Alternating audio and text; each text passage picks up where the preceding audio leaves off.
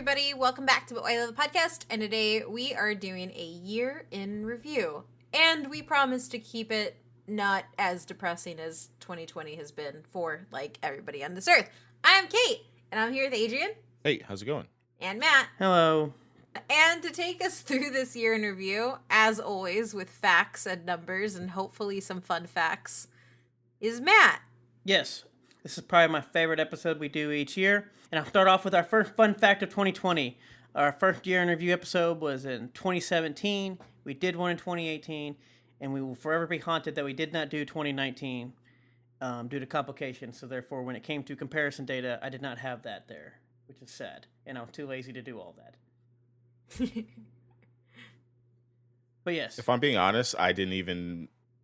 I could have sworn we did one last year. So I think we were supposed to do... We were definitely supposed to do But I might one. just be mixing that up with our, 150 AMA thing. Maybe that's, what I'm confusing our thing with. Like our 100... So for last year, you're confusing it with episode 100, I believe. And not that. Which is also... Because trust me, when I looked at the notes for the first time, I was like, oh my gosh, why did we do all this? And then I was like, I thought I did something different. And then I realized, oh, that was episode 100, not end of the year. But no, we did not do one last year. So it was. I think we were planning to, and I think everything just got convoluted towards the end of the year, as we always do.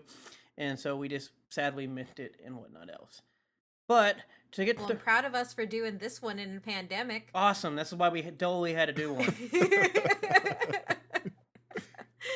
No, I guess to start the year off with my first intro question that I always do, which should be fun this year. Review 2020 in one sentence. Kate, what do you got for us? I'm sure it'll be fine. Awesome. That sounds about right. Adrian, what do you got? Oh, no. Oh, no.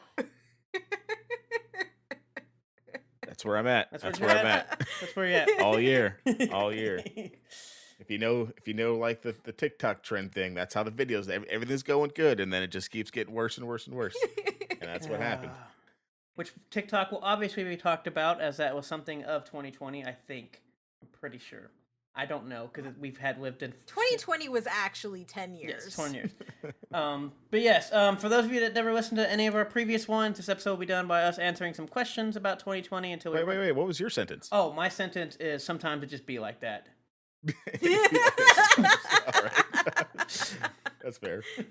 But yes, this episode will be done by us answering questions about the year 2020 until we run out of time, and then I'll kind of throw in a list of 2020 quote-unquote fun facts, or maybe we'll see how much fun is involved in all this stuff. These used to be fun facts, but here we are. We're trying our best this year. Be fun. I did want to do this though. So some random podcast stats for the year, as I like to do. This year we actually did 38-minute main episodes out of 52 weeks, compared to 48 in 2017. We were workhorses back then. 37 in 2018, and then like I said, I have no data for 2019. So that is a mystery year. Obviously, that is actually how many episodes we did, because interviews have actually grown so much that it become such a totally another branch of what we do and more towards the site than when we did interviews back then, where it was kind of like this random thing and we all three showed up. Now Kate just does like 4 by herself. Adrian's done stuff. Hey, I was going to say, Adrian interviewed the author. Yeah, I did an interview. Yeah, no, and then like I said, obviously Adrian does some interviews. I've done a few interviews by ourselves, so we kind of done and branched out and have done those things. We don't do any other actual episodes, and I guess the weird thing is because I looked at it and it's like, oh, in 2018 we recorded 89 total episodes. This year we did 37. But yes. Yeah, and we also don't have like our movie reviews. Yeah, so I said because when I looked this up, I was like, we don't do the Patreon movie reviews anymore. Yeah. We don't really do any of the recap stuff. I know we've talked about trying to do some of that stuff, but then obviously I'm getting kind of sad. 2020 kind of happened, and like, cause I know we had plans to bring some of it back, and then all of a sudden everything went to, yeah. These stats are making me sad now, though. Oh yeah, no, trust me, it was kind of sad because, like I said, I started with 2018 data, and I was like, oh wow, this has been wild. But good news, we did have 22 guest appearances. That's obviously up from 2018 of 18.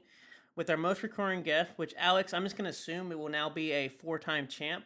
Alex, who's our most recurring guest, was 4. He was also the 4 years running. He was also in 2017 and 2018. I'm just gonna assume it was in 2019 as well. He had to have been in 2019 because we had the month of Alex. Oh yeah, that's true. So automatic. He just came on for all the spooky then things. automatically that's correct. But we did have a few other multiple appearances of people. Jason, our editor, had 3 episodes, even though 2 of them were just Mario and then Luigi. But he did come on for another one. Nisha also appeared for 3. Aaron. What were they? Nisha? Full Metal Alchemist, right? Full Metal Alchemist, Jordan Peele, and Michael Jordan. Oh, and then, obviously, way back long, I completely forgot that Aaron, who is a contributor thing and from host of Nerd Social Club, was also on our podcast twice. And that was still 2020. Yes, and Dr. Emery also did 2 podcasts this year with us. That was also in 2020. Our My Hero episode was 2020? Yes. Yep, it was February. Yes. Because of the movie, right? Oh, that's right. Yeah. That was one of the last movies I saw. One of the last movies I saw in theaters. Yeah. Me too. Like I said, it was kind of weird when I looked at that. Obviously, we had some other people. We had 7 first-timers that made a first-time appearance. We did have some repeat guests from before. Grant came back, who was also in 2019 guest. Ritz made an appearance again after whatnot else. But no, we had 7 new people to the show. We'll be interested to see how many new people we can add this year to our show. As far as going up. By topic, we did 10 gaming episodes. 12, I put TV Plus, which is kind of like stuff that was kind of mostly TV and maybe had some movies. They're kind of more franchise something, but they're kind of more, and then including obviously TV shows, so like stuff came in there. 5 movie franchises or movie stuff. 7 people.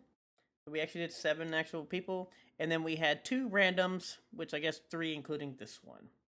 With the randoms being our 150th AMA, and I think I put iLights Media or ILM or whatever. ILM. Yeah. As the other one.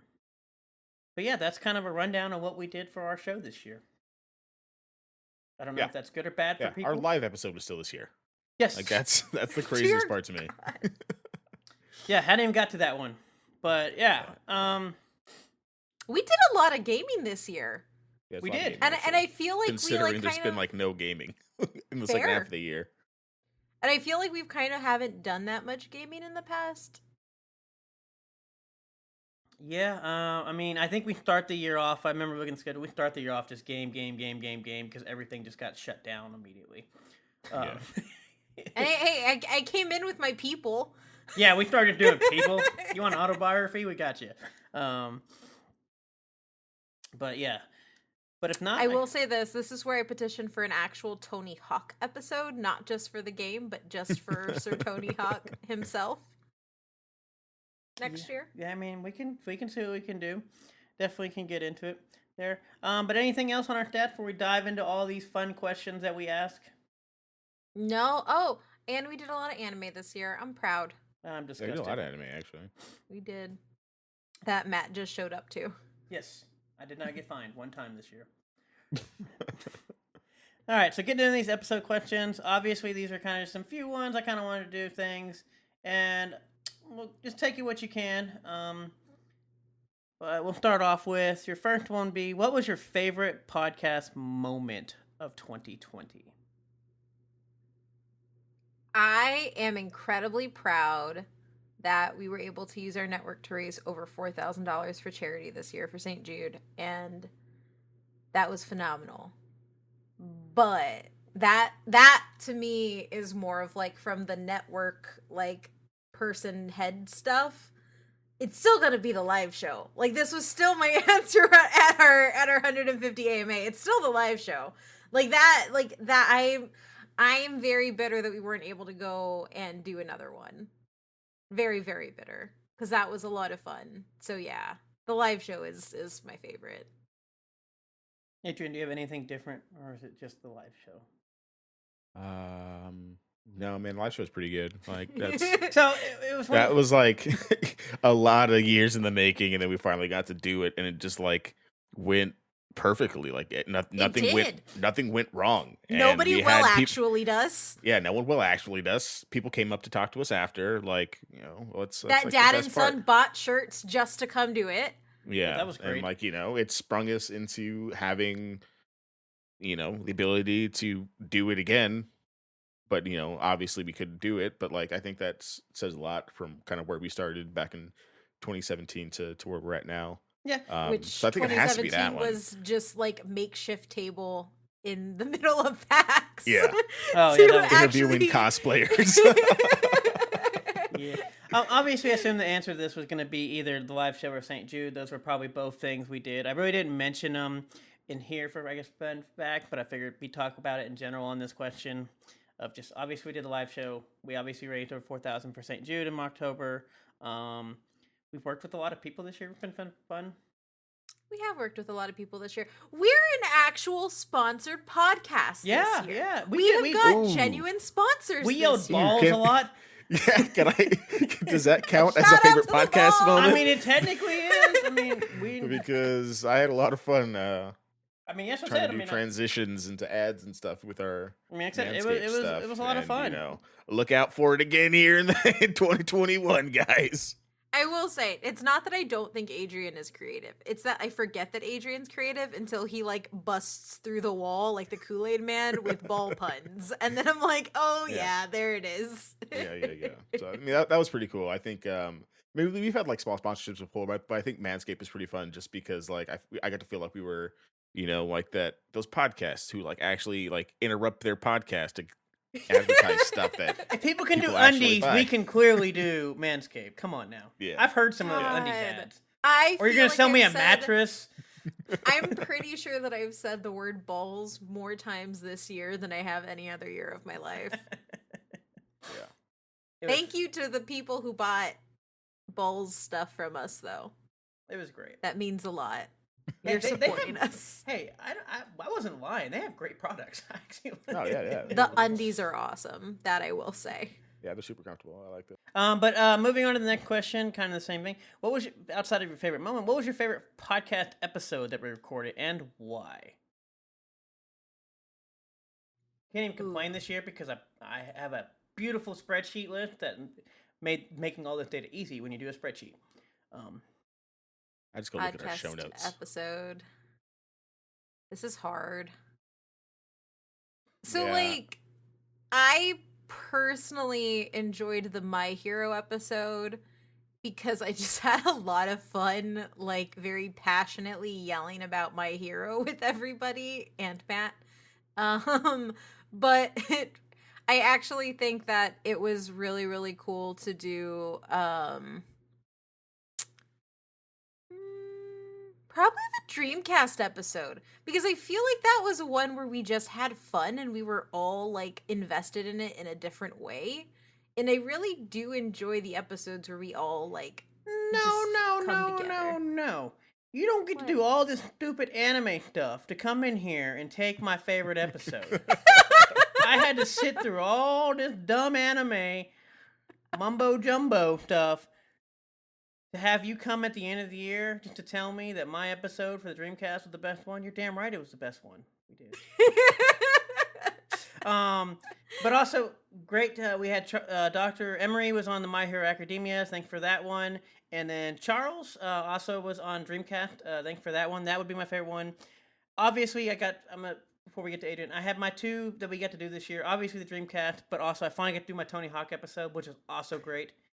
And that was also a really fun episode to record. That was a real good one. You're just gonna 'Cause try to also keep we saying I got- gotta do my own. I have to do all the episodes. I That's know what you're Matt trying just to has say. to do them from now on. That's it. The data- Sorry, Matt. yeah. Do all the show notes. I'm definitely feeling bad about not having to do them anymore. This podcast yes. is yours. Yeah. But I will say those were my two favorite because one, I've been talking about those two episodes probably since 2017, and we've been holding off for a while to do them, and we're finally able to do them. Alex, thanks for Tony Hawk one. I think the Tony Hawk one I would probably edge up Dreamcast only because that was kind of like an eye-opening one. It felt like for everybody of like, oh, this actually played a very big vital role in my childhood, a lot more than I expected it to. Mine was more of to get mush. I love you, Matt, and I love it when I get to see you passionate. And apparently that's Tony Hawk in the Dreamcast. But yes, Adrian, what do you got for this year? I I mean, I can list my Yeah. other episodes if you'd like.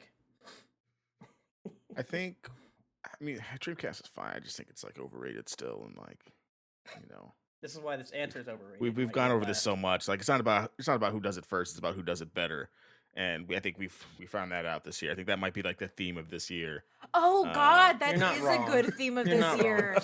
Oh no. I did enjoy those episodes. I really do enjoy having like the guests for those. I think, just in terms of like, because I mean, it's fun when we get to like talk about like fun stuff, but I like also like when we get to talk about like some deep stuff. So I really did. I mean, it may be just because it's like the one that we've done the most recently, but I really did enjoy doing the Fresh Prince of Bel Air episode.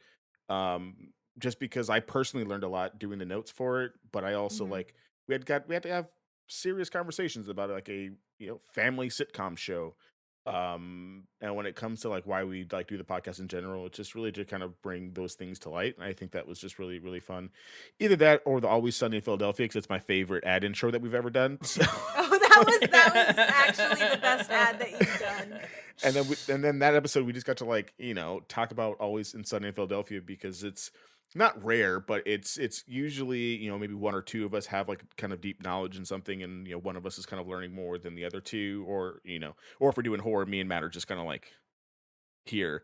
But like for like Always Sunny in Philadelphia, like we all like Always Sunny, so it was just really fun to kind of do that and kind of like talk about our favorite episodes, but then again still talk about kind of like the heavier stuff inside of like how they're able to kind of pull off those comedies. So I think those are probably my top two outside of like One, just the Ooh. I want to just the say general Halo episode. one, Adrian. I want to say, how dare you disrespect my horror stuff? I yelled about Saw, and that was all I talked about, and that's fine. That's all I know. Both of you did contribute this year. Actually, Adrian did a spooky month episode this year, and But that did should be he? commended. I did Casper, and I did Casper. Scooby-Doo. I mean, I did Scooby-Doo last year. I'm spooky, bro. What you talking about? I'm outside wholesome the spooky. ectoplasm, there was no spooky in that thing. Hey man, we talked about I dead also kids in feel that like- one. So I do also feel like we need to have a new category of podcast episode that Alex should have been on, but we were too rushed to invite Alex on, and I feel like Fair. that is That was definitely Okay, one. if we're Yeah. doing that, what do we got for this year then? They think Casper, Casper. wholesome spooky boy. That's fair. That's Alex. I felt like there was one I had earlier in the year that I was upset that Alex didn't end up doing. Alex didn't come on Tony Hawk, and I feel like he should have come to Tony Hawk, seeing as you turned our group chat. Alex into did just do here's- come on Tony Hawk. Did he? Yes, he did. No, he didn't. There was no guest for Tony Hawk. One, I'm literally looking at it in the spreadsheet, but two, I know he did because I explicitly waited until because he kept trying to say I'm sick. Why do I remember the episode without Alex, guys? Nope, he was there. He was completely there. I mean, he should have been there for Oh, Always Sunny because no. half of that group chat's also just Always Sunny in Sunny. Philadelphia quotes and memes. I'm so sorry, Alex. Why are you not in my memory? Wow, that's terrible. Wow. Okay, so you we know need to move what? on. So, I so you care- came up with this category to shit on Alex is all I got. No, all I'm saying, God, this is one of those moments where, like, I remember that Alzheimer's runs in my family, and I get a little bit scared. So to make it happier, I will say I also really appreciated Adrian's Deep Space Nine episode because Is it 'cause I wasn't there? Yes, Matt, that's exactly it. But no, I actually think that, like, on the point of like the podcast doing some heavy lifting on digging deep into themes and topics, I think that Deep Space Nine episode was a really good representation of going into media deeper, and I really appreciate it. Well, I can say, I mean, I will say, I obviously wasn't on that one, but I think Friday the 13th was also a pretty good one we did with that theme. Ooh, that one was Yeah, fun. that Yeah, was- that was that also one was this real year. fun. It was just a long, long time ago. Also this year. Okay. And thank Yeah. you both to Alexander, who came on for Deep Space Mhm. Nine, and Matt from Gun. I have to say Matt from Gun because I'm Matt, and that'd be weird saying Matt. That was also a weird episode because of that. Also, the Dwayne McDuffie episode was pretty fun too. I had Yeah, been that wanting was to do. good. a We Dwayne predicted the McDuffie future episode with for a that while. one. Oh yeah, we did because we did the Yeah. Dwayne McDuffie episode, and then the entire milestone lineup got brought back for DC. Look at us being the Simpsons. I'm proud. ILM was pretty cool too, just to like look at all of like the cool innovative designs and stuff that they've been able to come up with. And after this last season of The Mandalorian, I'm just like, man, ILM, can you just make everything and just make everything look amazing with your budgets, please? So, moving on from podcast stuff onto our next question, kind of into more actual other things. I did a Survivor episode this year. Yeah. Yes, you did. We talked about the naked chick or the naked dude. Oh, the peanut butter. Yeah. Yeah. Boston Rob. Yeah. Which, hold on, follow up. Adrian, did you go back and watch Boston Rob? I did. Yeah, that guy's a psychopath. Like, right? And That people is who a follow cult him leader. are even dumber. Yep. Okay, I feel validated in Yeah. also explaining why Boston Rob and his seasons are the best in Survivor, because it's absolutely insane. Okay. Now, can we get to the next episode? Next question? Yes, I'm sorry. I just wanted to know the impact I have. My bad. I forgot. You think this year we learned that you thought you're an influencer. Yep, companies told me I wasn't, so it's fine now. The head is shrunken, so it's good. That's good. At least you can now fit through the door.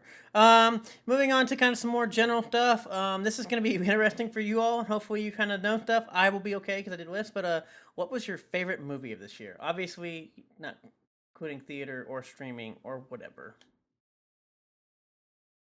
So I have the opposite problem in that Matt, I don't know, you usually pull data, but I think I've reviewed more movies this year than I've ever reviewed before, and I think that's because I'm on the Austin Film Critics Association now, so I just watch more movies. So this one is really hard, and I'm gonna have to just look up what I put down in the sheet. Adrian, what do you have for us? Why Kate tried to figure out.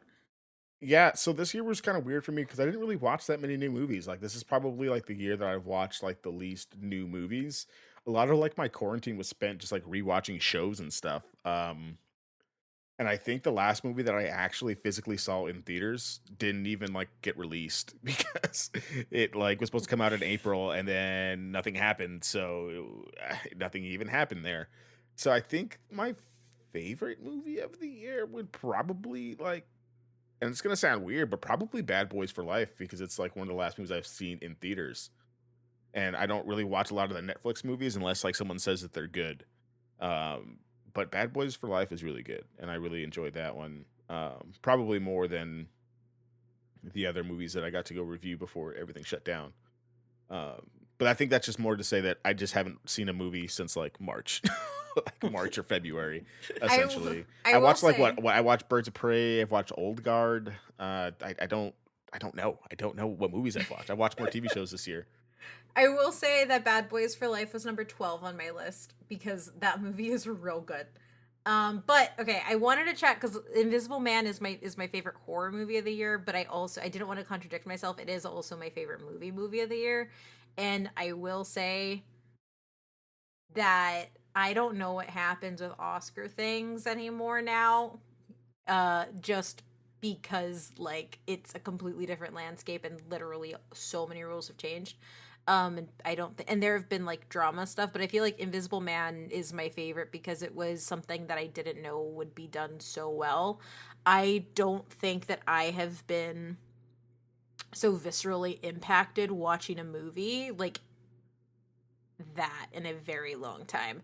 There was something about like is the opening scene in The Invisible Man is the lead character escaping her abusive relationship, and you see her just moving through and trying to escape the house, and the eeriness of having to like because she's trying to be really quiet and the theater is really quiet.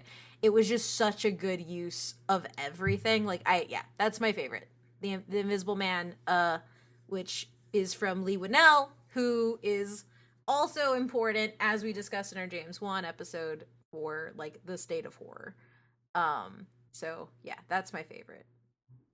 It's real good. Adrian, you could actually probably watch that one because it's not like super spooky. It's just like people are crappy, scary. Yeah, I've seen it, and that was like one of the ones that was like on our list to go see, but it just didn't end up happening, and I said just didn't pop up on any of like my streaming service lists, I guess. But I've Yeah, heard they really put good it things about to VOD. Maybe that's why. Yeah. The VOD gate's getting longer and longer too for a lot of these films.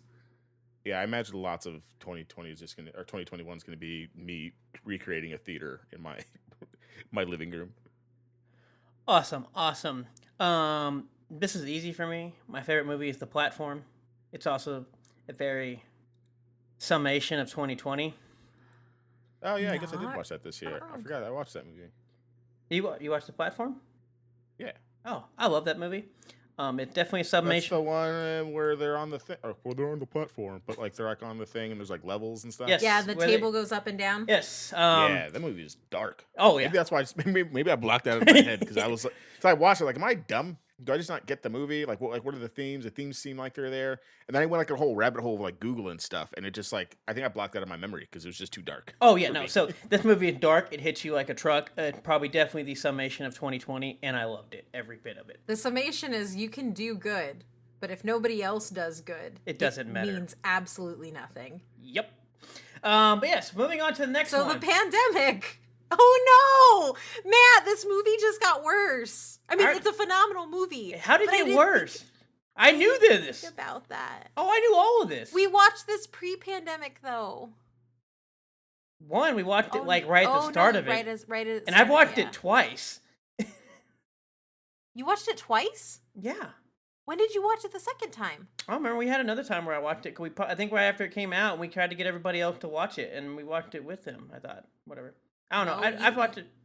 You wanted to make No, it a like community we night. did. I know I've watched this movie twice. Oh. Anyways, why are you worrying about what I'm doing all the time? Gosh.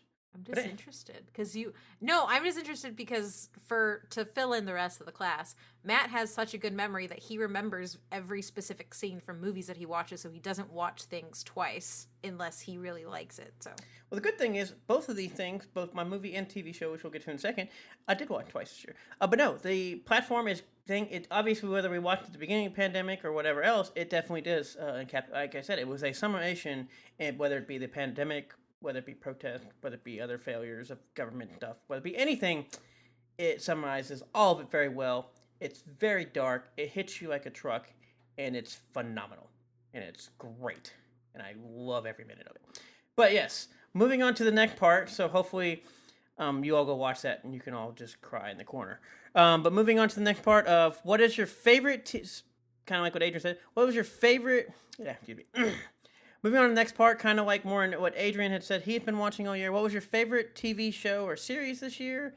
And how about whether it be or a newly introduced one, I guess. Either or. Or you can have one or the other honorable mention. Yeah, I can go for this one. I think newly introduced series that I just like could not get enough of and I couldn't stop watching was definitely Queen's Gambit. That series is so good. it's so good. It's just like I don't know. I just don't even know how to explain it. It's just good. Oh, If you haven't I watched should have it, put go that on watch my it. list. Why didn't I watch put it. that on my list? I don't know I- why 'cause nobody it's put it on. I very think good. I don't know. It was It's actually really surprising that it good. wasn't. Yeah, it's on really there. good. And I know that it was like on like Netflix's like top 10 like number one spot for like 3 weeks and I was like, Yeah. come on. It can't be that good. And then it was that good and I just couldn't get enough of watching it. Yeah, just really beautifully done. But I think just like in kind of recurring series, Mandalorian season 2 is everything I want in Star Wars. So good. So good. Really good. Awesome. Kate, what do you got? Mine's K-drama. It's called It's Okay to Not Be Okay. And it's just like a really, really good show. Like production design, costuming is phenomenal. But the story is really good. Honestly, this one was one that I watched like in the middle of dealing like stuff with my family and COVID and stuff, and I just like kind of locked down from the world and just started watching K-dramas. But this one was one that I kind of felt like, you know how like sometimes you watch something that just hits you because you feel like you needed to watch it at that time. Like that's what this one was, because the entire series is about like processing emotion and trauma and like all these things and like learning to essentially like learning what stuff you can get over, what stuff you can't, and like accepting both parts. And I thought that was just a really, really good thing for me. So that was my favorite, with an honorable mention being Into the Night, which I realize I should have put higher on my list now that I'm staring at this and I'm actually thinking about things that I loved. But so far as like newly introduced series, like one that was already like existing and I like found in 2020 is probably A Million Little Things. which is a show that I'm watching right now, and it's just really good. And it has James Roday in it, or James Roday Rodriguez in it, and I really wish I had watched it when it first started. So now I'm just kind of like binging those episodes. Awesome. For me, as I said the thing, I watched this show twice. My favorite show is not even close, Into the Night. It is fantastic. It's amazing, and I love it. Also, another movie where it's kind of dark in some sort of terms, both because of night and day, but also themes there.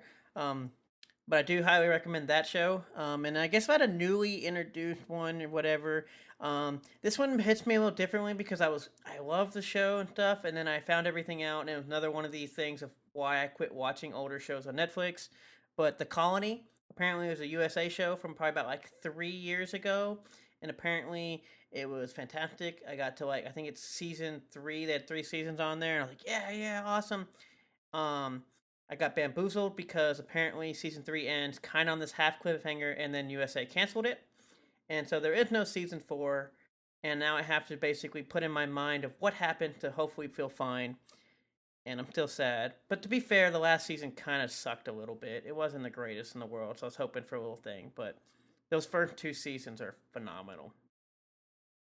But it did get a little ridiculous in some of the character stuff. I mean, it was a good, given everything, it really was a kind of a good year for series for sure. I mean, Mythic Quest was great.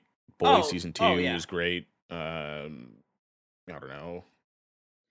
Solar Opposites, Space Force. So that was the funny thing. I actually looked when I realized I watched a lot of animation this year.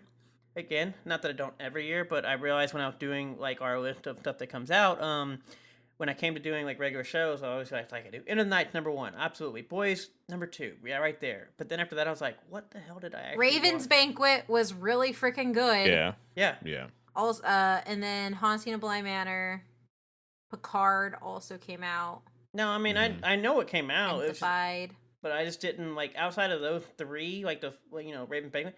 I don't remember what else I watched that was kind of new. Last Dance was good. Good doco. Yeah, I mean, we had some good documentaries that I watched. I mean, there are actually a lot of documentaries this year that are just really good. Like there's a lot of like Oscar talk of like a documentary taking home a Best Picture just because of how good the documentaries. Yeah, they were pretty good. I'm not gonna lie, the David Attenborough stuff, his witness statement, or his life called David Attenborough, My Life on the Planet. Like that thing is phenomenal. Like obviously, everybody knows like I do all the science stuff, so like I don't watch them as much because they are just dark, and we know we did a lot of bad things and whatnot else. And obviously, most of the time I'm usually fine with it, but that one got me. That was that one hit. I will say I can confirm. Matt walked into my room and I paused my thing, and he just looked very sad. I don't think I've seen Matt that sad in a very long time. And he just hugged me, and I was like, oh. Yeah, that one Attenborough got me. Came for you. That one got me. I will say that because I've watched a lot of nature documentaries and did everything, and like, oh yeah, and I mean, even the previous one we did, not Planet Earth, but what the hell, the other one that we watched, Kate, together that you refused to watch part of it with me. Which one? The walrus one. I can't remember what the heck. Our Planet. Our Planet. There we go. I kept saying Planet something. I knew it was Our Planet something. Yeah, Our Planet. Like that one didn't bother me. It's about what I expected, what I know. Cool. But that David Attenborough one, it's a documentary, I'm pretty sure. But yeah, that one got me. Yeah. The Colony was another one. We had a lot of good, as far as animation goes, like, obviously, Solar Opposites was great. I watched The Hollow Season 2 was great. Probably need to look up the other ones. Anime has had a phenomenal year when we talk about animation, which is where I've watched so much more anime this year than I've watched like in previous years, and I think part of it is because reviewing. But like Blood of Zeus is something that needs to get a call out because it was so damn good. Yeah, one of the really cool things in anime right now, or with anime that's come out, is Studio Mappa has actually dropped insane animations across pretty much every single anime streaming platform, and they have not only gotten critical acclaim, but it's really pushed them to like supersede like Studio Bones, who are the folks that do My Hero, and even Trigger to some extent.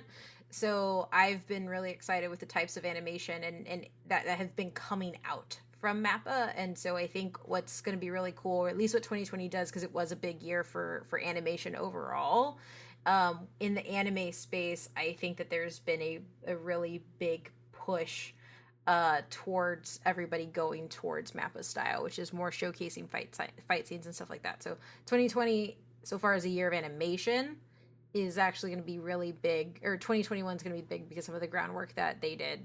And Jujutsu Kaisen is the best anime of the year, and it's so freaking good. Also, kind of want to do a little fun fact thing of here, just a little shout out since we did skip the movie. I want to give a shout out to what's it called? Love and Monsters was probably got the love it deserved. That was a good movie. Great movie. I'm so happy that people actually have loved the movie and enjoyed it because it was one of those movies I saw and I'm like, this is obviously, I know I'm going to like it because this is totally my brand and this is why I wanted to watch it. But I had a feeling, it was sad that like, man, people are going to hate this movie. And they did not. And it's great. So moving on from there to the next part, what was the movie, TV show was the biggest overrated or underrated for you this year? Go, Adrian. Oh yeah, go. I can go here. Bloodshot, most underrated movie of 2020. Was that actually this year? Yeah, it was this year. Oh, it just okay. happened like literally at the start of the pandemic. That was actually the last film that debuted, wasn't it? Like the last official. Yeah. And then like it happened right as like everything was shutting down. But I thought it was really good. I hope we get a franchise out of it. It's really good. Overrated. Blood of Zeus, kind of overrated. Why? Kind of overrated. And I love Greek mythology. Like I was literally like, if I could just study Greek history when I was doing my ancient civilizations degree, I would have done it. But I just didn't like it. I just it Why? The pacing's kind of weird in the story. Some of the animation looks bad, like what? really bad. It goes from like being like really bad to like really good sometimes, like with the way that they move. It's just kind of awkward. It's kind of awkward. I can like show you specific scenes because like I went back and rewatched. Like maybe I'm just crazy, but like why is this animation like look really good and then just like not great sometimes? It was like it's like the rhinoceros thing for me. Like some of the CGI was really good, and then sometimes I had to look at like a baby rhinoceros, and it just didn't look good. Yeah, the story was just kind of like meh. To be honest, like if you're gonna like go like super fantastical with this thing. But they just kind of just did like Greek mythology, but they didn't even do like the good stuff. They just did like they did the stuff that we hadn't seen before, and since it was two Greeks who were telling the story, they literally tried to do stuff different. It wasn't. They just didn't hit for me. I mean, some of the stuff was pretty cool. The action scenes were pretty cool. The creature design was pretty cool. I just can't get behind anybody really in the show. Like, I think everyone there is just kind of like, even like our hero is kind of. Heron is my only problem with the show. I don't think that he's a good hero. He's not a good hero. Hera's a bitch, obviously. Like, Zeus is an asshole. Poseidon doesn't like take any sides as per usual. Like, it's just very I don't know. I think those stories, the Greek mythology stories, are better like when you have like a hero you can get behind, and there's just nothing. There's no hero you can get behind. Like, who am I rooting for? Am I going to root for Hera for realizing that she messed up, or am I going to root for Zeus for being a deadbeat dad? Am I going to root for Heron for being like not knowing what to do with his life? Like, I'm so powerful, but I don't know. It just wasn't for me. Okay, so moving from there, because Kate's losing her stuff. Kate, what do you have for your Don't talk to me. I need to think. Oh, you need to... okay, because obviously... that blasphemy I heard was just too much. So I guess for me, the biggest underrated show for me, I'm going to say Jurassic World of Camp Cretaceous. The Jurassic Park animation show that is coming out, the new one coming out, was it? Yeah, Jurassic World Camp Cretaceous. That was right. I thought it was really good. I think it fits very well for what they were doing because it actually intertwines with the movie pretty well. And just surprisingly, it had a lot of like it was more not just the kid. They definitely didn't make it a straight kids show. It's obviously a kids show, but it's not just a very, I guess, kiddie level of show. And I think what they did, some of the stuff they did in there, especially people die in the show, and stuff like that. I think they did a fantastic job with it. That'd be definitely my underrated show. As far as overrated, I might have to let Kate answer hers and get back with the overrated here on that one. So my most underrated is Ju-on Origins, because just being as tapped into the horror circles as I am, I didn't see anybody in the horror community talking about it at all. And it's actually a phenomenal series that dives into like the mythology of the ring in a way that like we haven't really seen before and executes it really well, and it's really terrifying, like genuinely scary under your skin. So I really like that one. I think it's really underrated, and it is weird now because I'm so plugged into the horror circles. I'm used to seeing more love for horror stuff when usually I'd be like, oh, this got no love. But that's like the only piece of horror that I think didn't get the love it deserved. So far as TV shows, so far as movies, The Vast of Night is extremely underrated. It's an Amazon Prime original. It is set in like the 50s and very small cast and has to do with alien abductions, and it is really really good. That also nobody talked about. That's probably like my second favorite movie of the year. Um so far as overrated, I don't know. I feel like there's a lot of underrated things. I think Cobra Kai is underrated as hell. Like that show is so damn talk about good. that in the series. Yeah, Cobra Kai is so And good. it came out of nowhere. I expected nothing about it because it was a YouTube original. I was like, oh, this is gonna suck. And then I binged it all because it was so damn good. So far as overrated stuff though,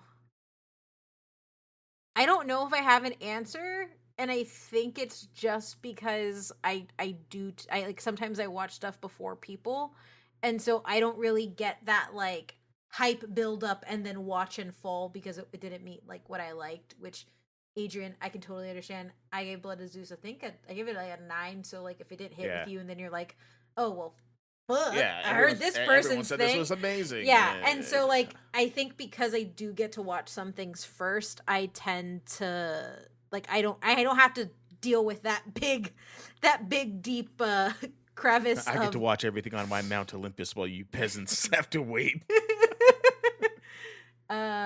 Yes. But yeah, I can't really think of an overrated. Which is perfectly fine, because I mean, I've been looking through some stuff while you're doing that, and I honestly don't know if I have anything overrated really. And honestly, that I think for me, that I've gotten to the point now where fair or foul, if it just doesn't look that interesting, which I mean, I've always been like this, but I've gotten, I guess, even more, especially as I've gotten less and less free time with things. Where if you don't like spark a good interest like immediately, I just don't bother to watch you. And so I'm just looking at stuff that I'm like, I mean, I can tell you stuff that didn't like. Cobra Kai looked ridiculous, and I didn't want to watch it, and looked dumb. But people love it, Actually, so like, real well done. that's what I'm saying. People, it's not as absurd as I thought it was gonna. That's what I'm saying. Like, it's heartfelt. Except everybody that trailer did a disservice to it. I said everybody Yep. seems to love it, so I'm not gonna knock it. But I never, because I never watched it. But like, from what I saw of like in trailer stuff, I was like, I'm not watching this. Yeah, don't go off the trailer, man. It's much better than that trailer like ever said it was going to be. Like it's immediately like, that first episode, like you're like, oh wait, this is not what I thought it was going to be. This is much better. Yep. Yeah, I give it a shot. I mean, Sharp what else? turn. What else you got to do? What else you doing? I mean, I have to try to play my games. I have some spreadsheets to fill out and do things. You got 3 monitors. You're good. You got a TV in the back. I can see it from here. Well, yeah, no, but that's for me. Like, I just don't think I've actually had any like overrated stuff that I can personally say. Well, there's been plenty of stuff that I said I've looked at, and I'm like, what? But Yeah, and when I say like Blood is Zeus is overrated, I don't think it's like bad. Like no, I mean overrated doesn't necessarily bad mean and things are underrated. bad. Like overrated, I think are completely different. Oh it yeah, just, overrated. I just don't think it's. Yeah. I just don't think it's 100 on Rotten Why did Tomatoes. you give? Why'd you give it a 9, Kate? You probably because I overrated what it was versus a thing. Yeah, I mean, that's why I'd I- probably give it like a 7. That's what Like 7 out of 10. I said. We didn't do our. Which would still mean that it would have 100 on Rotten Tomatoes because it's a positive. Yeah, I mean, I'm not saying it's negative. I'm just saying. Like, Yeah, sometimes which you gotta obviously- watch Hera like go through her trauma. Like, ugh, God. Which obviously, I actually disagree there because I don't think that's what. and I don't care anymore. But no, obviously that's why I like to do the overrated, underrated stuff, because it's usually things that usually aren't. We know what's really good. We know what's really bad. I already know what my worst movie I saw this year was, and it's not even close. And it's not even that it's overrated. It's just completely overrated. It's just completely garbage. Oh, ain't nobody rating that one high. Exactly. I don't think am I even legally allowed to talk about that one? Yes. Oh. It's out in theaters, so yes. Okay, cool. But yeah. Jason, erase what I just said, but yes, you can talk about it. Okay, cool. But yeah, like Monster Hunter is freaking awful. It is terrible. It's so bad. I like trash. I specifically like Paul W.S. Anderson trash. In that, I love the Resident Evil movies, and I gave it a 3 out of 10. And that's just because Toho did the kaiju, and they look phenomenal. That's why it got the 3 points. Yeah, I know what we just said about the trailer thing, but I saw that trailer and I was like, this isn't even like the same genre.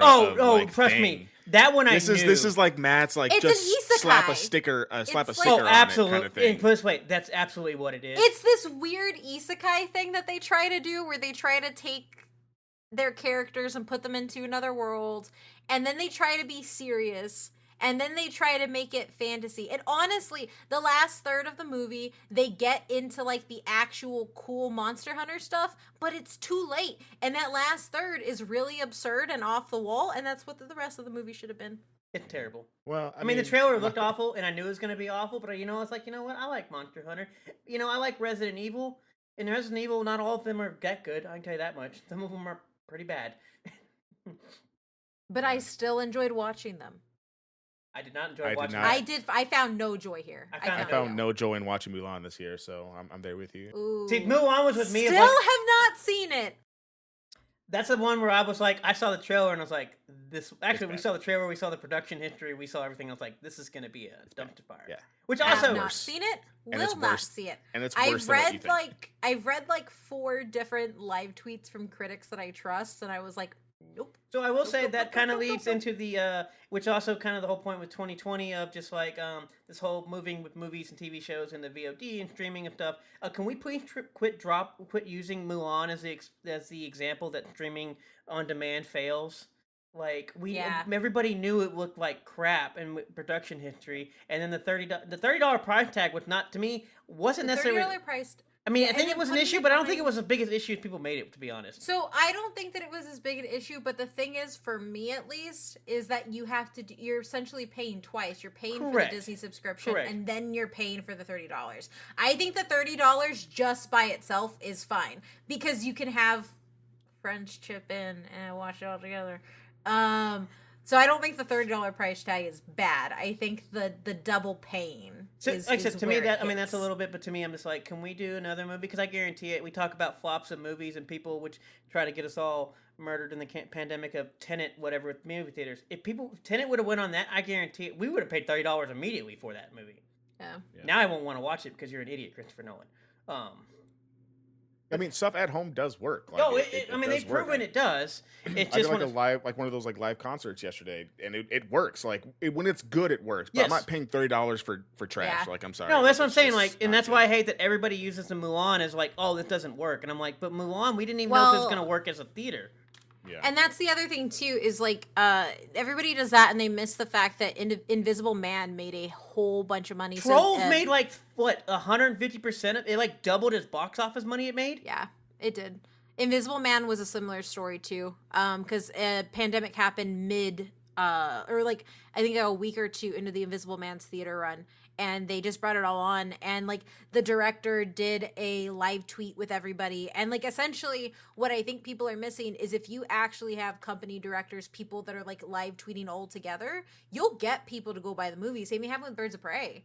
Like it works. Well, that's the thing, and that's like the social communal space. Well, that's the funny thing, because like all the other movies that have been doing this, they've all been successful. But everybody goes, but that Mulan movie clearly doesn't work, and I'm like, but what about all the other movies? But yeah, like I'm interested to see what happens with Wonder Woman, obviously. So that should be interesting to see. That might be the bigger test. Now, if Wonder Woman flops, then we can have the discussion all over again. That I will say. Yeah. But it's also a different discussion to have because you don't have to pay anything extra and you don't buy it on VOD. But that's the whole point. I mean, that's fine too. But the whole point of the matter, because people don't want to talk about the Disney subscriptions grew by what, like 200% over that time. That's going to be the real thing. And so that's what I'm saying. Like people keep saying it failed. Subscription. Well, that's what I'm saying. Like people said, like, oh, well, it failed. But I'm like, it failed in what term? Because it may not have got the click, but like Disney picked up, like I said, 200% of subscriptions. Like at the end of the day, all the money, whether it's a subscription or the VOD, they still get the money. it's kind of like to me with the Microsoft model. Everybody says, "Oh, they still have many consoles." I'm like, "Yeah, but they've been selling Game Passes and Xbox Live for like 5, 6, 7 years before PlayStation did. They're still getting money." But anyways, moving on to the next one. Speaking of games and everything, what was your best favorite game you played in 2020? Immortals Phoenix Rising. I love that game with all my damn heart. It's so good. If you don't like puzzles or platformers, you're probably gonna hate it, and that's fine with me. Because I actually haven't played one. This game is just joyful. Like, it is just a happy game. It's vibrant. It's funny. It deals with some darker themes, and it handles it really well.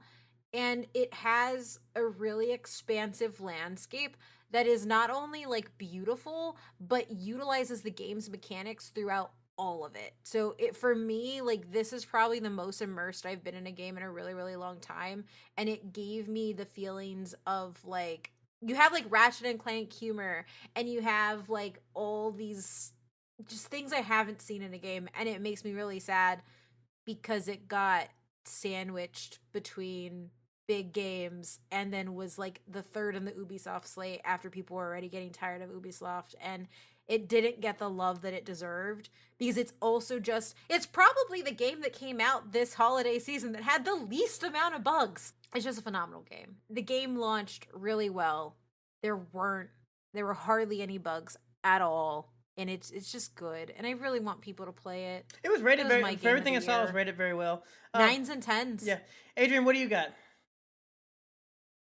Yeah, kind of like for like movies, it's kind of a weird year for me just because I didn't really play a whole lot of new games. I couldn't find anything. Well, one, it's like twofold, right? Like, do I want to spend full price on a game I don't know if I'm going to keep playing when like Game Pass exists? Can I just wait for it to come out on Game Pass?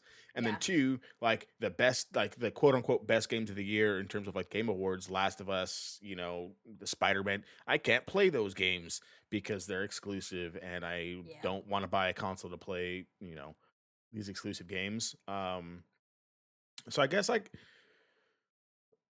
And I guess in terms of new things that I played this year that were kind of underrated, and I only played it for a few hours. I got to do the Half-Life Alyx VR thing Yeah, this that's summer, fun. and it was great. Like, it was one of those things like where you play it and you're like, oh wait, is this like the future? Like, is this how we're gonna play games? Because if it is, I'm down.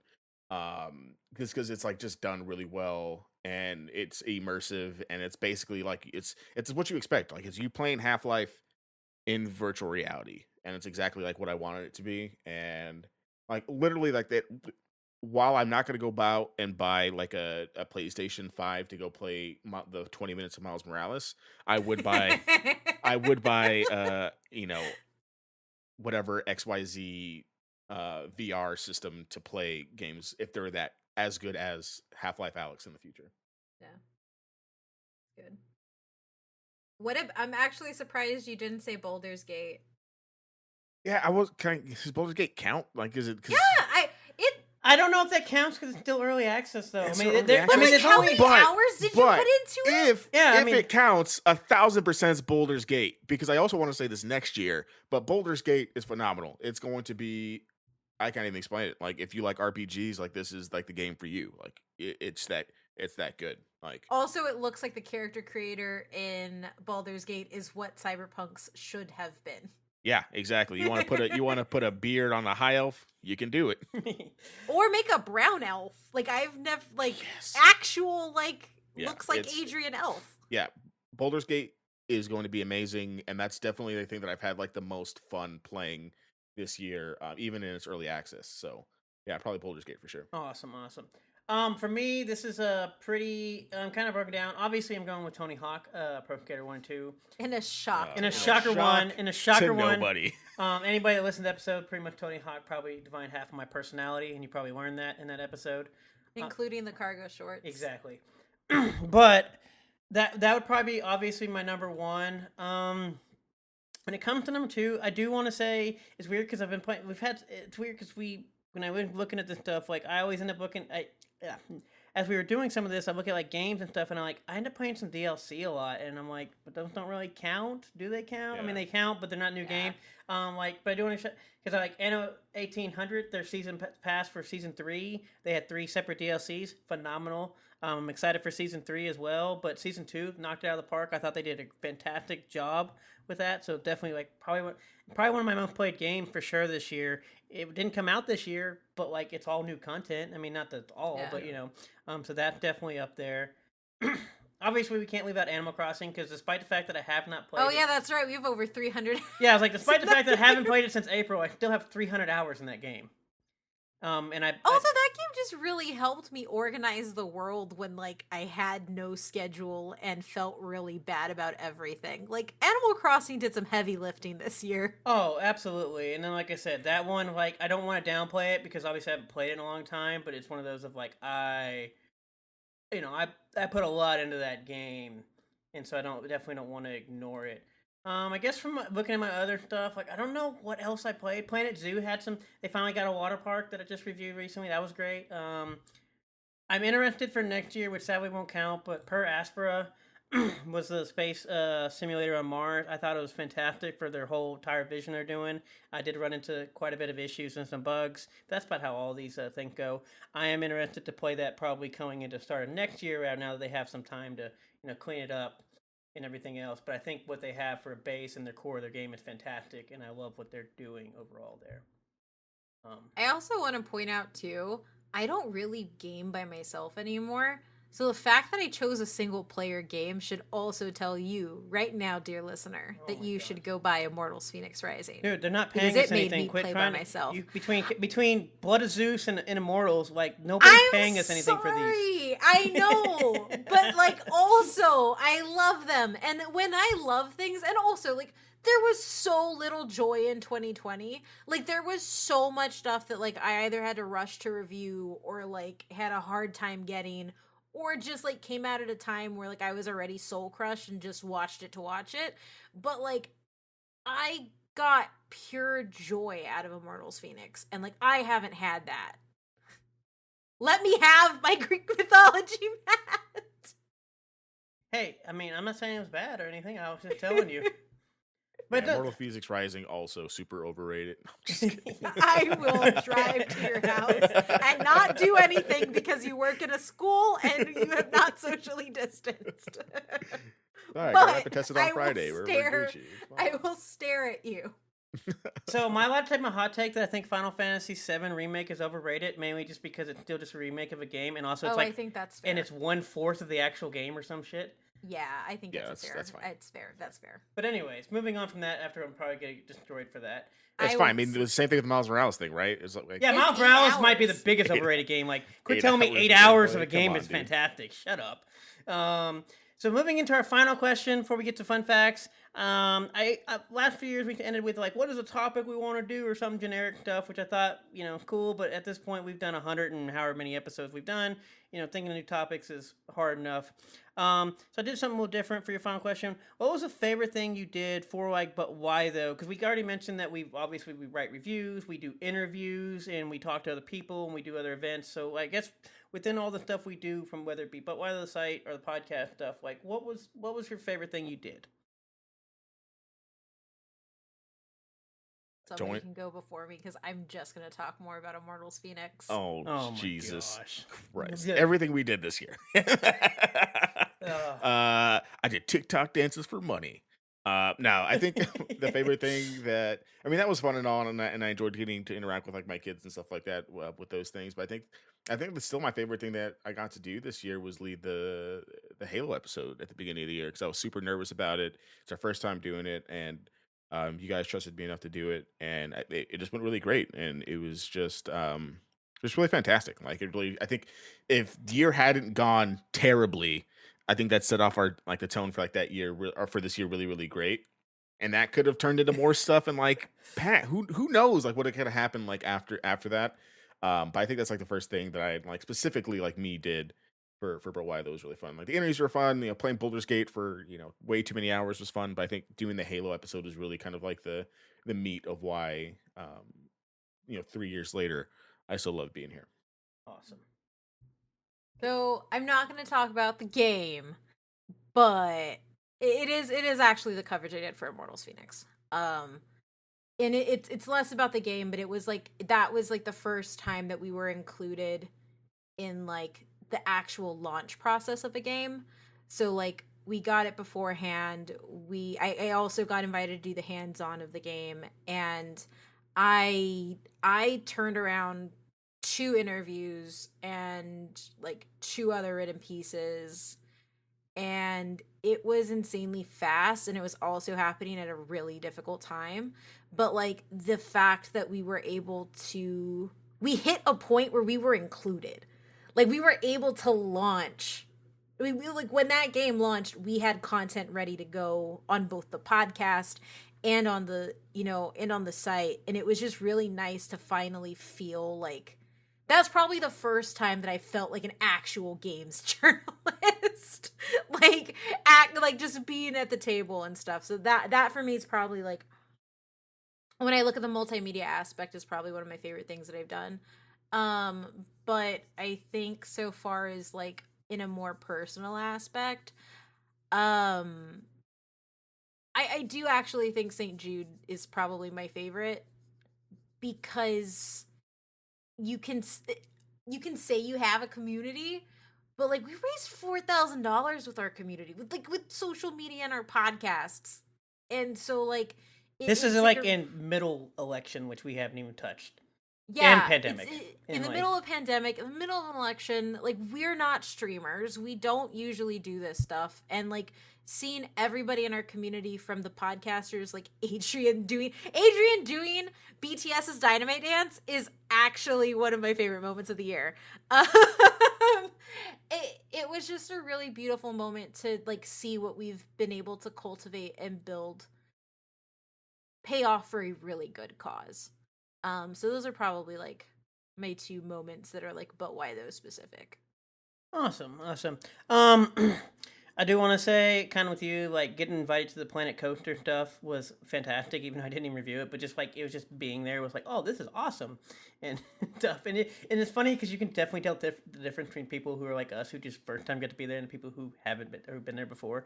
But that was definitely it makes you feel so weird. It's very, like, very oh apparent. Yeah, this is another Tuesday, and I'm just like, hi, senpai. Thank you for noticing me. Very, very, very apparent. But I will say for me, I did a lot of space stuff this year, it seemed like, and I had 2 interviews that involved space, especially stuff, which was pretty cool. I mean, Mars Horizon, which is a great educational game that you learn all about the space race, space history, exploration, and then I got to interview their CEO and producing the game, and just listen to him talk of just like how much they integrated like actual like science and how much research they did, and working with the the European Space Agency and all that stuff they did, and even the locations they got to go to and everything, and check that out. It was awesome to listen to, fantastic. And then even a long, long time ago, I don't even know if it's actually movie's gonna even make it out, sadly. But the documentary Red Haven, that documentary was I actually really enjoyed it, and we got to interview the 2 women who made that documentary, and that was great of just seeing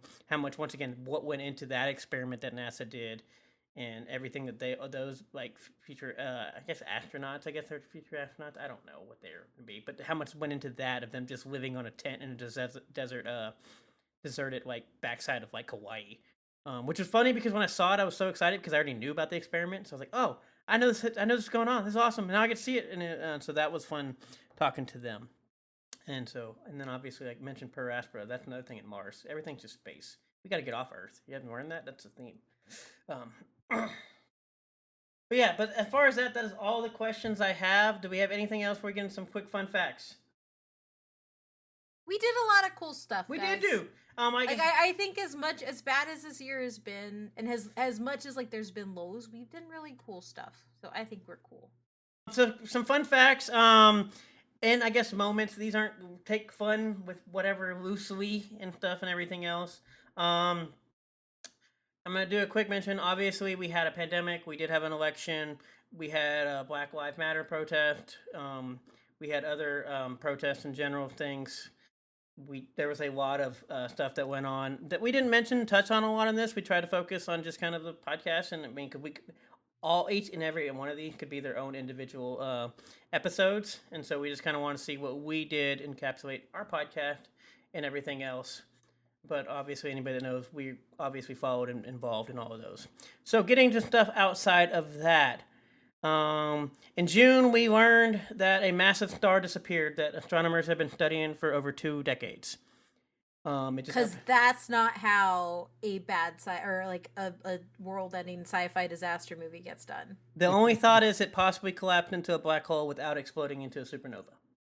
How is that not scarier? Fantastic! Have you ever seen like the footage or seen like stuff? It's awesome. I love space. I just didn't like physics. I restate my thing. I loved all the conceptual stuff when it came to taking astronomy. Like I was almost like an astronomy like minor because I just kept taking classes for it, and it was great. But then they're like, "Hey, calculate this thing." I was like, "No, I just want to look at the star, dude." Like, so the thing that sucks for me, I'm just trying to find planets. So you wanted to be an astronomer in like 1400. Yeah, exactly. Yeah. Just give me that. So that little bit of light passed by that star. That must be a planet. So that's the weird thing. That's the stuff I want to do. So that's the weird thing. Like I love math, and obviously everybody knows I do a lot of math, a lot of data stuff. But when it came to physics, I was just like, did I want to do this much work in physics? Like, some of that stuff. Them word problems, man. It's the word problems. That's what it is. Got to give me the numbers. Too many words. Another thing is, scientists found evidence of water on the moon, which maybe we'll finally get there. I mean, not the moon. Excuse me. Well, we found that too, but I think that I don't even know if that was this year. I think that was later. But I think on Mars, that's what it was. Yeah, like the microorganism thing. Possibly right? Microorganisms, which are probably, if you ever think of aliens, what you actually should think of, and not little green people. But that one show on Netflix tells me to think of them much differently. Yeah. Because it would be like the exact same way that Earth works. So obviously that show. What's the name of that show? Oh, Alien Life Form. That was actually pretty good. I didn't like it. But you talking about the one that just came out? Yeah, the one that just came out. The one that shows like what we'd look like on different planets, or what stuff would look like if the actual. Yeah. Actually, like it. It was just like, what is it? How you just did you ask like a 2-year-old like what an alien looks like? You follow the fundamental. So technically, there's an entire section of biology, which is like astrobiology, and it's kind of like the fundamentals of life of what aliens would look like. Per se, quote unquote, aliens would look like, or just any type of biological life would look like in other areas, or if you give parameters. They do like these fun. There's like fun modeling where they're like, all right, here's like 5 parameters. Check which one you want, like oxygen, carbon dioxide, or whatever. Like trees or gravity, this that, and then you plug it in, and then it pops out like picture of what an animal or what the biological life would look like. And I was excited because it looked cool, but then it got sad. It was like I was watching the little elephant in Planet Earth all over again. I was like, I thought I came here to learn. I mean, that's documentaries from 2010 on. I mean, that's what you gotta roll with it. I will say though, what I do know that what Matt pointed out to Adrian's thing is that scientists are scientists because they still have the curiosity and imagination of a 2-year-old. Accurate. Have you ever seen the labeling? We've talked about this before. Which is kind of funny because we talked about all that of little green men aliens. The government officially released 3 UFO videos, and no one cared at all. That's because we already raided Area 51 in 2019, dude. We did this already. We've been there.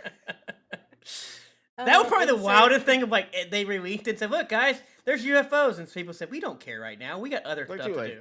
Well, for me, I was just like, yeah, like we know, like of course. we've talked about this already. Like we talked about this like forever ago. I think my response was just like, okay, like it's like everything else is going on. Okay, have you seen what we're doing? Like they're just gonna keep moving on. Yeah. Here's the next thing. Tiger King, which we kind of mentioned a little bit, took over everything, and people learned that yes, people suck or shit to animals, and especially big ones, and that giant cat farms exist. And they also learned that a lot of their favorite celebrities worked with these people and did not apparently. They just thought these animals came out of nowhere. Apparently.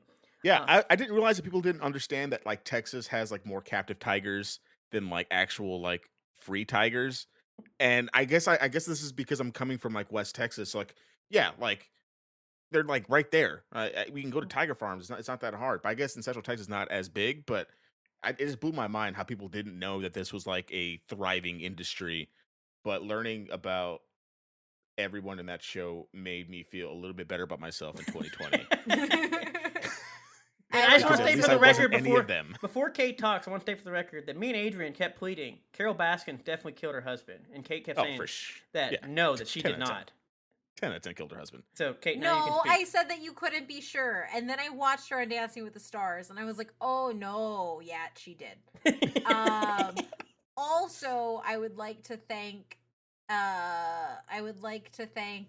Tiger King for giving Matt and Adrian the joy that is the Animal Crossing video where they replicate the Carol Baskin dance that is set to the Savage song. Yeah. Fantastic. I love it. To this day. Yeah, I watched that TikTok so many times to do that dance for St. Jude. That thing is still pinned in our Discord chat, and it will stay there forever. Yeah. Moving on, next one. The best was when Matt actually did get the little tigers from the Carol Baskin Animal Crossing thing in his Animal Crossing. And I did have fun with that as well. Yeah. He did. I would be sitting, because we went into the same room to play a lot. And he would walk into his house and he had a little tiger. He'd hit its head and then sing the song every time. Yeah. Every time. Fantastic. My wife and I have custom shirts with that song on it because it is that good. If you don't know what it is, at Matt on Twitter, he will send you a 10-hour loop of Animal Crossing. Yes, that's awesome. Right. Awesome. Murder hornets existed for a month and then they disappeared again, but they did exist, which was another thing. Obviously, the funny thing is I left it on here, but this is actually from 2018. This is a fun fact from 2018 because the last time we did this, Fortnite still continues to happen and still doing a lot of stuff, and has made now well over $2 billion that they had in 2018 off of Microsoft. And is currently fighting Google and Apple with the backing of Microsoft. Yeah, but they are currently also rewriting canon of Marvel Comics. Oh, yeah, that's right. That's also what they're doing. And now Star Wars is there, too. Yeah, the announcement of Palpatine happened in Fortnite. Yeah. Oh, and BTS had an entire concert in Fortnite, too. Yeah, they play in movies. I think they showcased Tenet trailers. Tenet thing there, yeah. I know people don't like... Which also doesn't make a lot of sense to me because I work in that demographic of people who play Fortnite, and so many of them are like, oh, Fortnite's so 2017. And I'm like, who's still playing Fortnite? I don't know anyone who still plays it, but they're still making a bunch of money.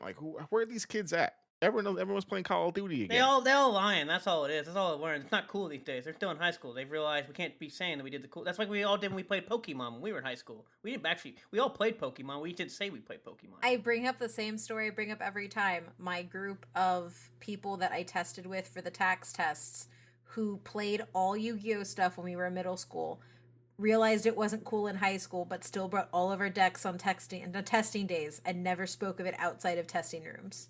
That's what's Texas. happening with... There's a throwback for your ass if you live in Texas. Yeah. Which kind of goes to another games. Among Us took off after a 2-year game. We had a lot of weird games. Not weird, but also, small games that just blew up. Can we point out that Among Us did not only take off, but beat out actual esports games to win Best Multiplayer of the Year? At the Game Awards, which I think one is phenomenal for that company. That's just adorable. They were so happy. That's the happiest I've seen anybody in 2020 when they won. But on top of that, it one proved that cross-platform is the way everything should be, because it was truly joyous to see people connecting over video games who had never really had or played video games before. And I think Among Us did that, and I love it. I suck at it. I self-report all the time. It's real bad. Dude, I'll honorable mention Fall Guys there. That. I called that from the get-go. Right when that trailer dropped, I was like, Kate, this is awesome. It's just ridiculous. And got so big that when Tim the Tatman won his thing, ESPN, esports people are tweeting about it and stuff like that because it was such a big moment while the whole world's watching this dude try to win a game of Fall Guys while getting the absolute shit trolled out of him for every game of his life. It was fantastic. It's crazy stuff. Which we didn't get to mention. It's good stuff to watch during the quarantine. Yes. Which also we didn't get to mention. Among Us actually got almost thing with politicians, or AOC also streamed Among Us for the first time, which we're now getting more of that, which should be an interesting trend going into next year when we probably do this again, and we're like, how many politicians streamed on on Twitch, even though technically Bernie's been doing it for a year, but nobody cared. But he hasn't integrated games into it, which is the thing. They didn't have Among Us for him. He couldn't be doing all I want to see Bernie and AOC play Among Us together. Yeah, but I really just want to see that. Hilarious. It would be so good. But obviously, like I said, Fortnite been doing a lot of stuff. Obviously, they are suing Apple, and I don't. And to me, I love what Fortnite doing. People say they hate Tim Sweeney or don't like this whole fight with Apple, but like, sorry, Apple's terrible. Like, I get you don't like big corporation fighting another big corporation, but like, quit fucking sucking off monopolies. I will be honest though, everybody should like big corporations fighting big They should, corporations 'cause it because the helps little everybody. corporations aren't going to be able to fight anybody. Like, that's what makes me Disney so mad. just buys them when they do that. And that's what makes me upset because, like, literally Apple owns a monopoly. And it's really messed up and stuff. And should we like Epic? No. But guess what? If Epic does any type of ground, guess who actually wins out of all that? Does Epic win and make more money? Sure. But guess what? All the people that below that dealt with Apple crap, the same thing with Steam. Like, all I know is when it comes to fighting monopolies, Epic done more than all these other people who sit around and support monopolies. But outside of that, like, I just like what they've done with this mixed blend of entertainment for like everything in a game. Like we talked about the Marvel, the Star Wars, the Tenet trailers, all this stuff. I think it's fantastic. There were so many Army Twitter users who were learning how to install Fortnite on their different devices just to go and watch BTS. Yeah, like and I think that's part of their strat. I think that's part of their strategy too. Because it's like, okay, you install it, you come in, you watch your thing, and there may be like a 30% retention rate, but you still have an increase with the new user base.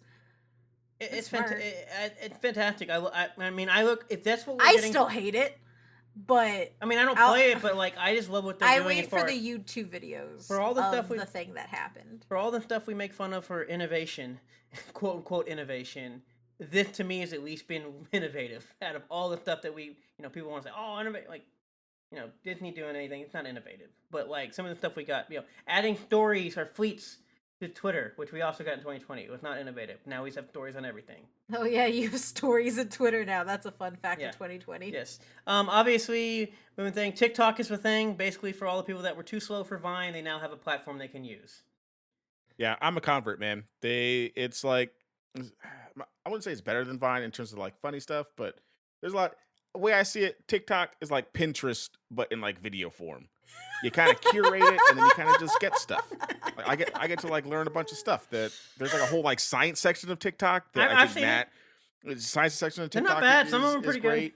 The things you didn't know that you could do that seem illegal but really aren't. Anime TikTok is phenomenal. Anime TikTok is great. Like it's in a world where like everything is garbage. Like I think TikTok is like the less garbage thing, except for like those people who are getting like their reality show. I don't even know who they are.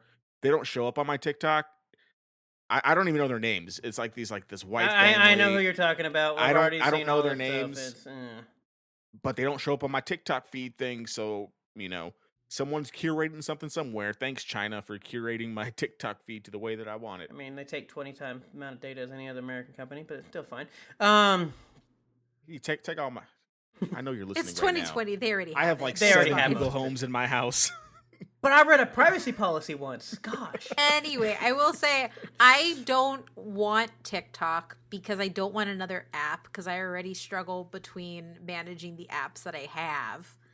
But I will watch every TikTok with the sound on that comes up on my Twitter feed. That I will do. I will watch every TikTok that is reposted to Reels and Instagram when I'm going through it. Yeah. So, like, I don't hate TikToks. I just don't want to be on another platform. That's fair. Because I'm on way too many already. But I do love all the dance challenges. I do love anime TikTok so much. They're so good. I feel called out and assaulted every time I watch one. Yeah. But they're real good. So I hate all the dance challenges, and all I've learned is nobody knows how to dance, and they're all stupid. But outside of that, the rest of TikTok... I did like 6 dance challenges for childhood cancer, Matt. Yeah, I know, Matt. God! I mean, obviously, great cause. And now we're back to Matt hates Joy. But the dance challenges Full circle this year. I mean, I guess it's better than the ice bucket of us dumping water, which the only good ones out of those were when the bucket failed and they nailed him in the face. But full circle of Matt not liking things. Anyway, next fact, there were no Marvel movies for the first time, I believe, since 2009. Great times. And I'm here for it. I am too. It felt nice to just be able to breathe and not, like, I don't know. Does that make sense? No, you're not wrong. I think it's the same way with no Star Wars movies either. Like, yeah. I didn't miss it, like, literally at all.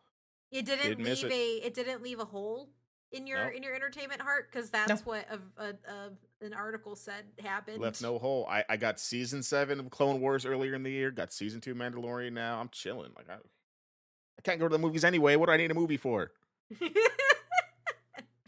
Disney probably charged me $50 to VOD a Star That's Wars a whole movie other anyway. that's a whole other conversation.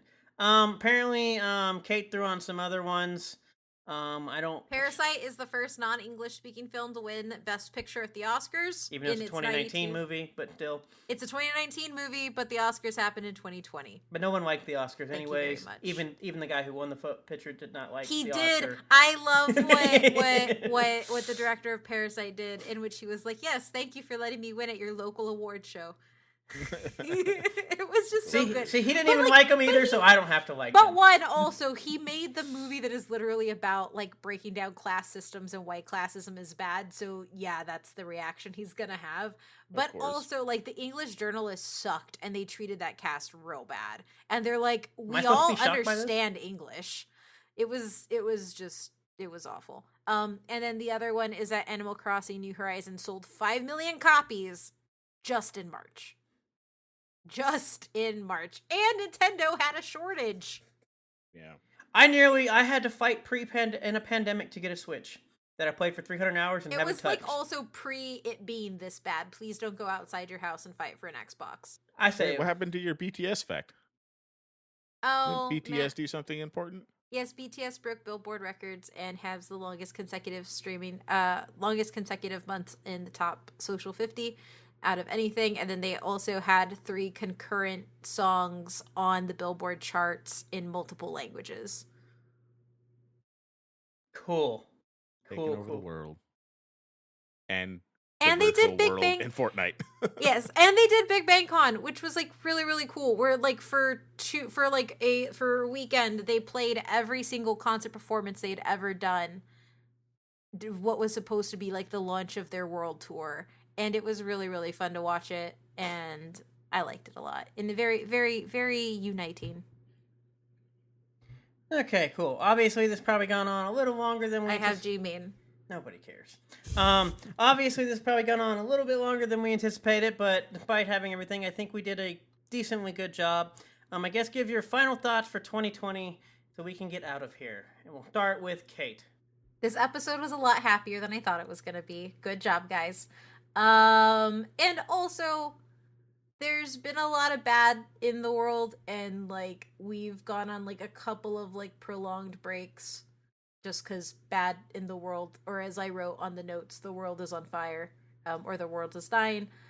But we actually did a lot of really good things that we should be proud about, and that is really exciting. It kind of sucks because you're like, oh, what could have been, because we started off 2020 so strong with what we were doing. But I think that we should definitely celebrate the wins that we had this year, because one, everything sucks. Please be happy for your joy. But two, like, we've done a lot, we've changed a lot, and I'm just really amazed that like 3 years, almost 4 years later now, like we're still going strong and having successes, which I think is something that's really important. Technically, it's 4 years because you have to go 4 years? all of 2017, all of 2018. Oh, yeah, it's 4 years. Yeah, okay, then 4 yes, years. 4 years. Yeah, 4 years. And we did cool things. Anyway, yeah. Yeah, I don't know why I had to follow up Captain Picard over here with her anecdotes. You want to follow up me? Yeah, can I follow up? Okay, awesome. Okay, cool. No, it's okay. I mean, 2020, like, it sucked, but there's a lot of funny stuff, a lot of cool stuff. I think the way that, I guess we didn't even really get to talk about it too much, but I think the way that the community came together on Discord, whether or not we're verified or not, is a whole nother story. But we had legitimately 9 weeks of Fast and the Furious at the beginning of the year. And people showed up for 9 weeks at the beginning of the year. And Kate's still putting on these things now, and like they're still going. So I think, despite everything being crazy, I think people on the internet came together fairly well, whether it's through TikTok, whether it's through, like talking about Tiger King or like whatever the case is. I think that's just like really cool and does give us stuff to talk about when it comes to being a pop culture podcast and why things matter. Things like Discord communities, they do matter. You know what I mean? So I think that's just kind of really cool to see. And I'm hoping that stuff gets better in 2021 so we can get back to going to cons and doing all those fun things that we like to do. But for now, I'm happy where we're at 4 years later. Awesome, awesome.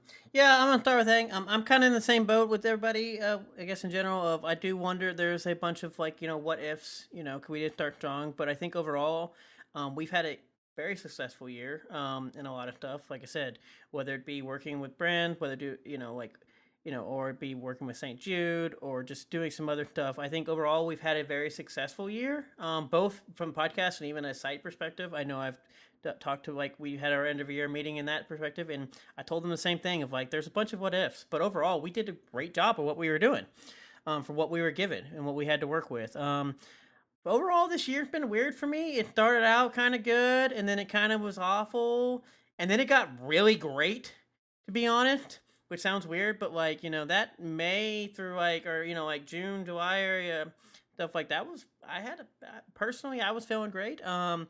We made a lot of changes on things. Obviously, as the back half of the years come, it was bad, but I think for what was all given and had to work with and everything that occurred, I think it was it was a decent year. I mean, I don't know I think this is the first year though that I don't know what's going to happen next year. I mean, I know 2020, everyone just acts like, once that New Year ball drops, everything just magically disappears. And the sad part is we already did that once this year where we thought everything was over. And then we realized, oh, we got 10 times, 15 times, 20 times worse. But, it should, I don't know. It should be interesting to see what happens moving forward. But I think we've done a lot of good this year, for what was given. There's obviously been a lot of bad. There's obviously been a lot of trash. But it should be good to see what we do. And especially after looking at all the stuff we've done. Yeah, and thanks for listening. Oh yeah, thanks for listening. 4 years is a long time if you've been here for 4 years, even 2 years, 1 year to listen to us talk about things for probably way too long each week. So thank you so much. Can we also put in perspective too, that's been to be honest, it has been hard working up to record these episodes because it's kind of well, I mean, it's pop culture, and I'm just I, who love pop culture, was world bad. Do I want to talk about things? But I am really happy that people are listening, and we've built a community, and it's kind of I don't know, for the tail end of the year, I feel a lot better and understanding of the space that we have now, and it is kind of necessary and good.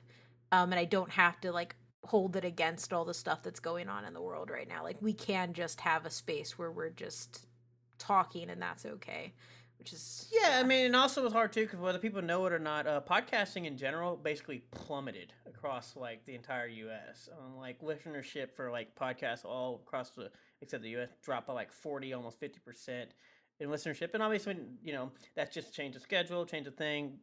If we learned anything this year, it's that people commute too damn much because that's when they listen to all their podcasts. Because apparently when they sit at home, they do not listen to podcasts. So anybody that says they listen to podcasts at home, I'm going to call you a liar because the data proves otherwise.